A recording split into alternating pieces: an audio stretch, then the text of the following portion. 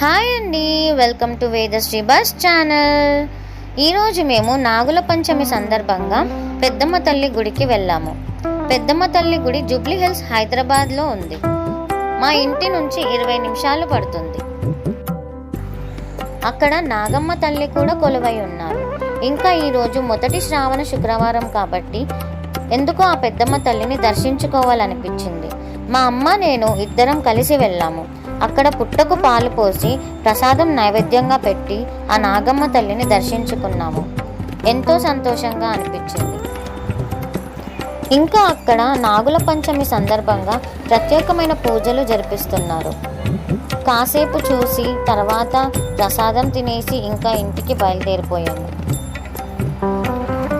ఎప్పుడు ఇలాగే ఆ అమ్మవారి కృపా కటాక్షం మన అందరికీ ఉండాలని కోరుకుంటూ సెలవు తీసుకుంటున్నాను. బాయ్.